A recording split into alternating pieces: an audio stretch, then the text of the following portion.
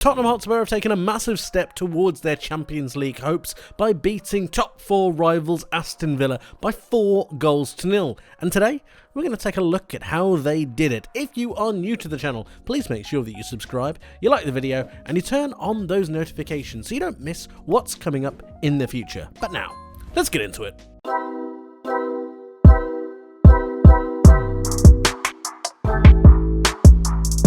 This is going to sound a little bit odd, but I actually don't think Tottenham played all that well. If you pay attention to the attacking momentum bar, the first half was really 50-50. I really do think that Tottenham actually gave as good as they got to Aston Villa and vice versa. Villa created actually a couple of opportunities and they really could have had a different leg in this game. But the problem and where it really fell down for me was the actual setup of the side. We go into the second half and once the 2 Tottenham goals go in, Villa just implode. Especially for the second goal. We'll talk about it a little bit later because I really do think it needs looking at from a mentality point of view to just the way the team is set up and the way it just fell apart. And then you talk about John McGinn's red card, we will be discussing that as well. So there's a lot to dive into. To begin with, we're going to be taking a look at Aston Villa's setup, and it's a different setup from what they did originally. They normally play with a 4 at the back, they decided to go for a 5. And if you're a Villa fan watching this, I implore you, please stay here because it's really important. If you're a Villa fan watching this and you're annoyed that Emery changed the system, I've got to say that I completely agree where he's coming from. I understand that you might be frustrated and you want to play your own way, especially at home. Why are you catering for a side coming to your ground where you have such a good home record? But there are a couple of things that I think would have really spooked Emery. And the first thing would have been the way that Destiny Udogie and Pedro Porro come into midfield. Emery's teams work off the basis of a midfield that is really hard working and they tuck in really neat and make sure that it's difficult to play through them. Their high energy, high tempo just means that they're able to control that a little bit better. Tottenham's position and their setup really does threaten that. The ability for Matt Sarr to go forwards with Maddison and then bringing in those fullbacks just packs out the midfield a little bit too much. And I think they're worried about the late runners. They're worried about being overrun in certain areas through the centre of the pitch. And it's through that I think Emery's decided to coax up a plan. Not to mention the fact that they've recently just played in Europe, Tottenham haven't, and they need to conserve some energy and some legs. So I understand the reason why Emery did it, and if you want to know the real main reason why Emery did it, especially with the 2 front players, is this. So he started out with Bailey and Watkins. You have the back 3 here, and then you've got the 2 wing backs.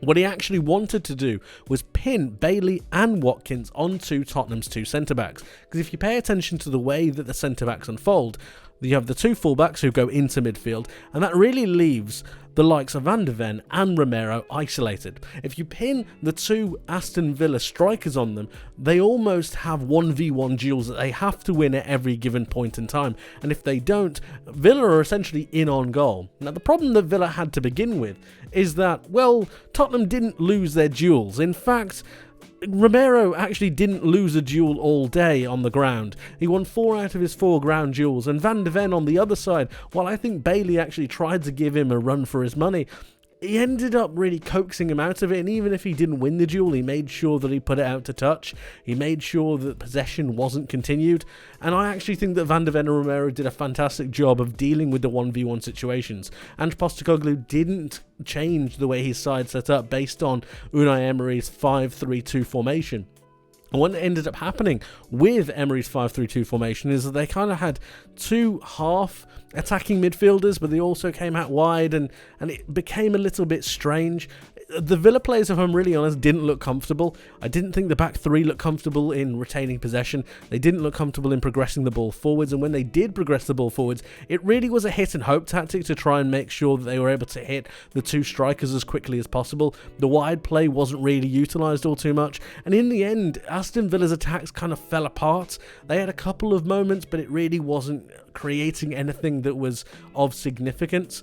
Now, the main problem that they found later on especially when Tottenham started to go forwards in the second half, is that in putting people forward, in putting the two wide men forward, in Matty Cash and Luca Dean, they ended up isolating their own centre-backs, and the late runs ended up not paying off. So Yuri Tielemans and John McGinn didn't track runs that go went and beyond. Douglas Luiz had far too many people to try and mark, and Pau Torres and Concert, who were the two centre-backs who were meant to be jumping onto the midfield players if there's a little bit of an imbalance on one side, they stopped doing that as well.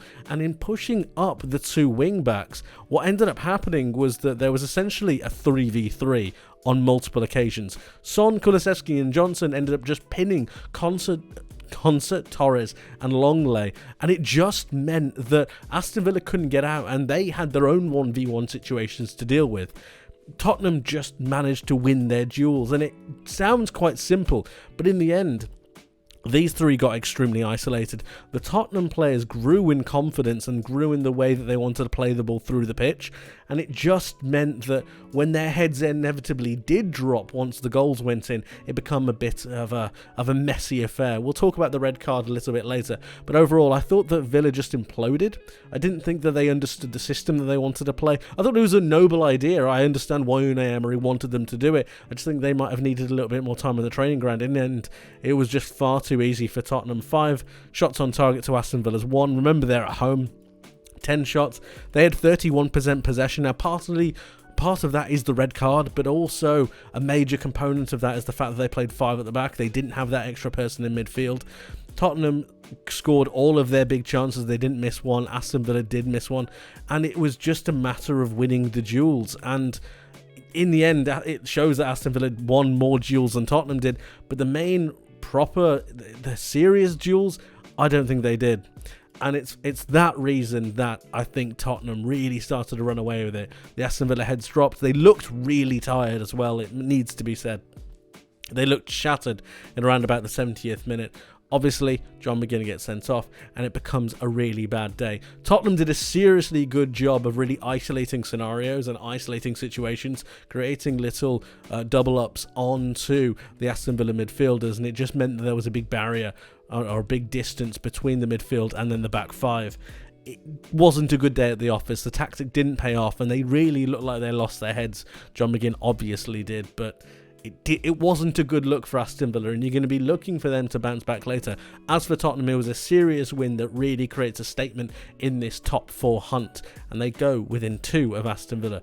Really, really seriously good stuff. Before we end, we're going to be taking a look at a couple of moments from the game itself. So what I was talking about with the fullbacks going a little bit further forwards, for this first goal, Digne actually ends up pushing a bit too far. This causes a knock-on effect to the rest of the team, meaning that they have to try and come and press as well, and there's a load of space in behind. So if we just follow this on, it just means that Tottenham are able to spring a little bit better. Look at the 3 Aston Villa players that are right here. They've managed to beat the press, and now they're on their way. This is actually the Aston Villa line. You can't see it just here, but if I focus on a little bit more, you can see up here, this is the last Aston Villa player.